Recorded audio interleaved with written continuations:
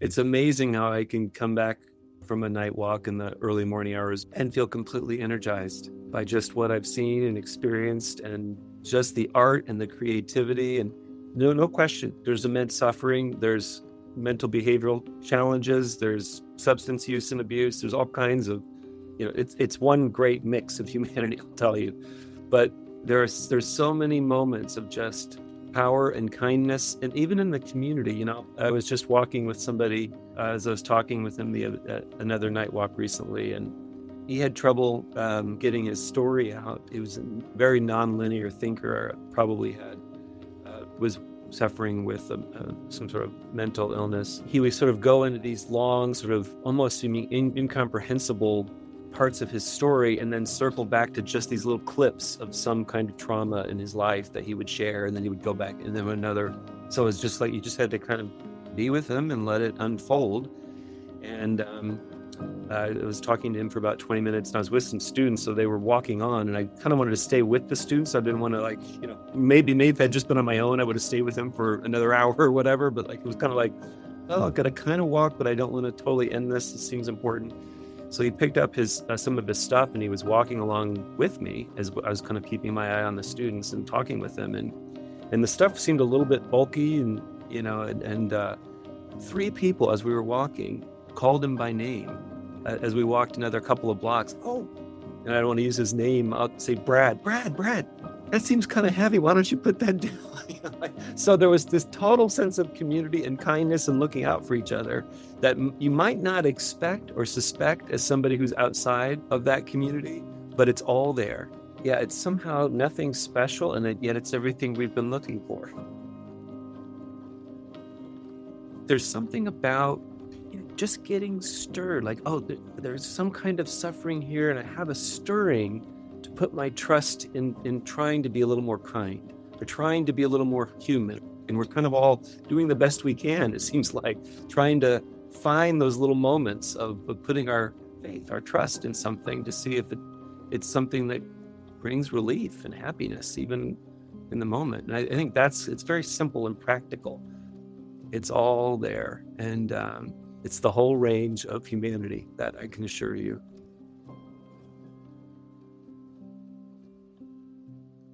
Hi, I'm Jim. And I'm Geoff.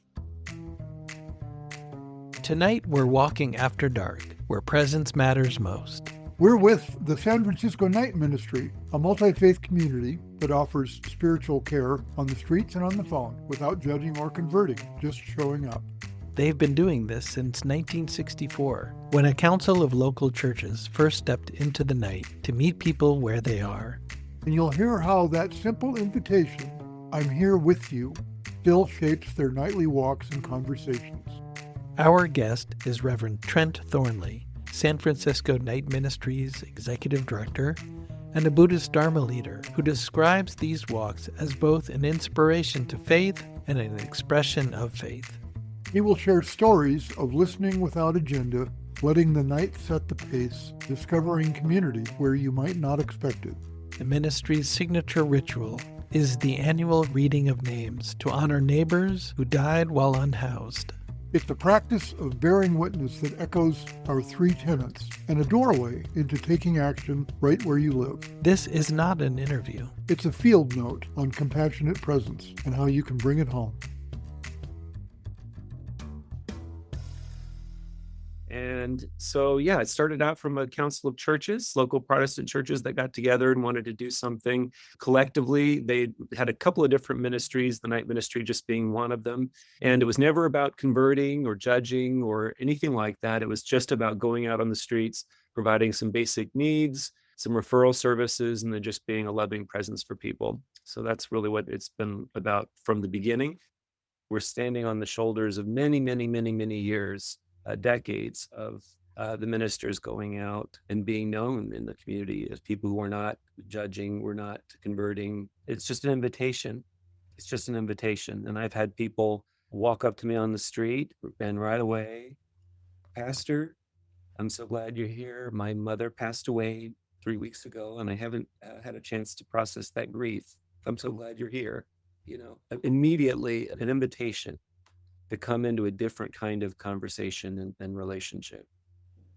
faith in the night, is that going out on the streets is in part an inspiration to faith and an expression of faith.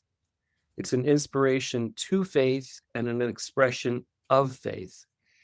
Now, faith can be a somewhat problematic word, particularly if folks have had some kind of maybe even wounding, or perhaps just a kind of indifference or even an allergy to some of the Abrahamic traditions and the way that those have been structured and use the word faith. But faith is actually, in my reading and understanding, very important part of the Buddhist tradition.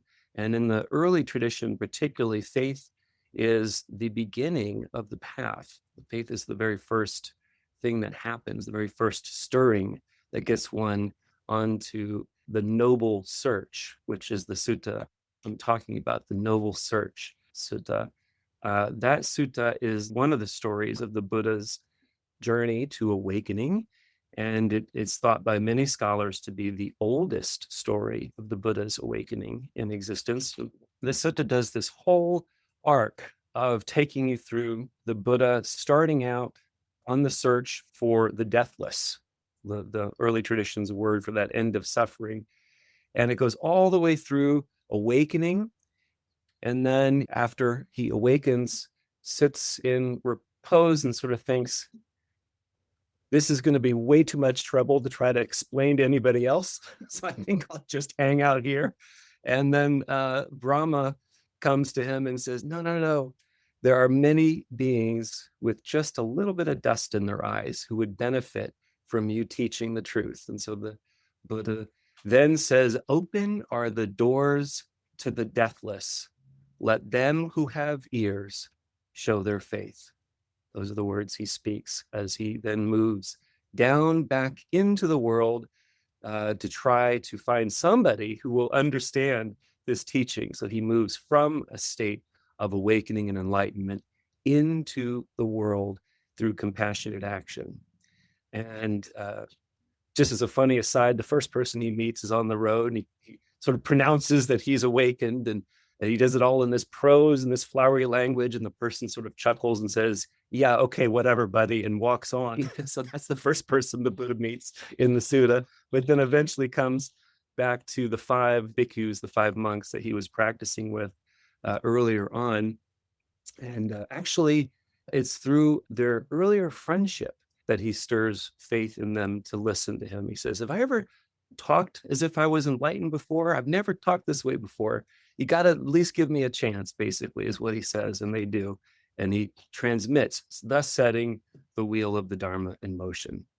So there you have the kind of full structure of the sutta. You have the going forth and the coming back. And the Pali word for the Buddha in the sutta is the Tathagata. The early tradition translates it as the thus gone one. And the Mahayana tradition typically translates it as the thus come one. And so there you have again the going forth and the return. And I suppose in some ways, the more we're thus gone from those attachments, that greed, hatred, and delusion that keep us locked in suffering, the more we're thus gone from those, the more actually we are thus come into our full humanity and expression. So in some ways, they're really just flip sides of the same thing. He says in the text, he's talking to the monks, later, while I was still a young, black-haired young man, endowed with the blessing of youth, in the prime of life, though my mother and father wished it otherwise, and they wept with tearful faces, I shaved off my hair and my beard, and I put on the yellow robe, and I went forth from the home life into homelessness. I went forth from the home life into homelessness.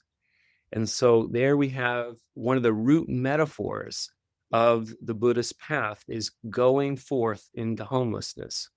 Now, I don't want to in any way say that the condition of homelessness that we see out on the streets here in the city is somehow, we don't want to in any way denigrate that or to compare that to a privileged, at least for me, a white Western privileged practice of Buddhism.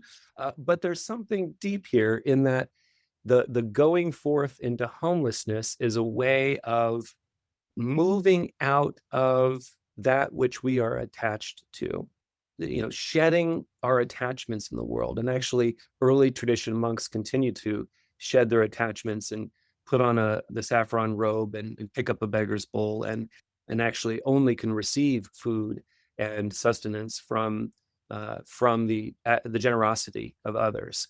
And so that's still baked into the tradition in a very physical way, but in a more subtle way. What is our home?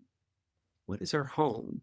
It's all of that karmic conditioning, all of that way that we are patterned and habituated in our attachments, our way of seeing ourselves and seeing other people, all of our prejudices and all of our stereotypes and all of our cultural and our family history and our personality patterns, and on and on and on, is all of these things that create these deep grooves that we in this group know as karma.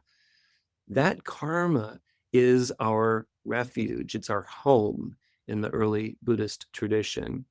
And when we are doing what in the sutta they talk about as the ignoble search, we're continuing to search for relief through the creation of more karma, trying to get relief in any other way by finding an object that will satisfy us. And going forth in that way, in a very deep way, is coming out of that karmic conditioning, coming into what I think this group would know as not knowing. So when we're out on the street, we're literally going forth, or we're attempting to go forth from all of that cultural conditioning, all of those ways in which we might otherwise interact with folks on the streets. We try our best to set those aside, set our judgments, our perspectives aside, try not to rush anywhere, have any agenda. We're not trying to run past people or to not look at them in the eye. All the contrary, slowing down, just walking, making connections, trying to come out of all of those ways in which we might be separating ourselves from other people so we can be more fully present and available for human connection. And so those are the ways that I think relate to that sense of going forth even in the early tradition. And just like for the Buddha, that sense that we can also occupy a space that could inspire faith, could inspire that stirring to trust, to try to do something, to try to have a different conversation, to try to go in a different direction. Now, I say this with a lot of caveats. We're trying not to be there with an agenda. We're not converting anybody. We're not trying to change anybody or fix anybody. But we do wear that religious garb of some kind because we want to, at least in the night ministry, offer an alternative space, an alternative time, an alternative conversation. And so this doesn't mean, again, that we're out with this conception that we have the awakened state and we're going to go out there and give it to other people, right? Because that would also be this kind of spiritual ego, this sort of spiritual materialism, which is just another home, and quite an insidious one, actually, that most of us have to work with on some level, right? Another home to go forth from, I should say. So we're really not even trying to do that. And yet there's something powerful about holding that space. So what do I mean by that? There's many, many stories I could tell that would be an example of this, but literally just on my last night walk, I was walking through and I was wearing my collar and walking through the streets, and was quite active in some of the areas of the Tenderloin district where I was walking. And there's been a group of young men. It's kind of known to be a group of Honduran men who are in a gang, and they're selling drugs on this particular corner to all kinds of people walking by, people driving up, doing a quick exchange. And I don't know, there's probably 8 of them on the corner, and one of them, they're all young, under 25. And I'm walking up, and One of them sees my collar and says, "Oh, Padre." And he says, he puts his hands and then he does the sign of the cross. And he says, I'm raised Catholic and I just want to have you bless me tonight and just say a blessing for a moment. And so I say a little prayer and have that moment of connection with them. And then I move on. And it's something that simple. And, if I wasn't wearing what I was wearing, and if I wasn't walking the way I was walking, that condition of having a different interaction, a different, even just a moment of coming into a remembrance of a spiritual tradition, a different way of being, somebody who wasn't there for a transaction, who wasn't there for any agenda really, other than to make a connection, was maybe one moment that not only inspired him, it inspired me. I mean, it's just the two of us together co-creating this moment of humanity and connection, and having that presence in that moment is in my understanding both an inspiration to faith, certainly inspired me to have that faith, that a different type of search in life, a different type of being is, but it's also an expression of faith in that, to the extent that we can share that space in an awakened and communal way, it actually is just an expression of the awakening that we all interconnectedly share. So that just gives you an example of many interactions. There are all kinds of interactions you see. Not all of them are particularly pleasant. I can be completely honest. I mean, some of them are quite intense, but some of them are the most beautiful and poetic and creative and artistic things that you ever will see. And almost all of them are very raw and real. People do not have time for artifice or pretense. And so if anything, it keeps us all very grounded and very connected. And you just have to relate immediately in the moment. And when we're encountering another person, at least in a chaplaincy context, our hope is to try to let them take the lead and to the best extent possible, honor and even whatever is skillfully done and authentically done, participate in their expression. So there's a way in which it's a constant negotiation. We don't want to co-opt or colonize or misappropriate other people's traditions.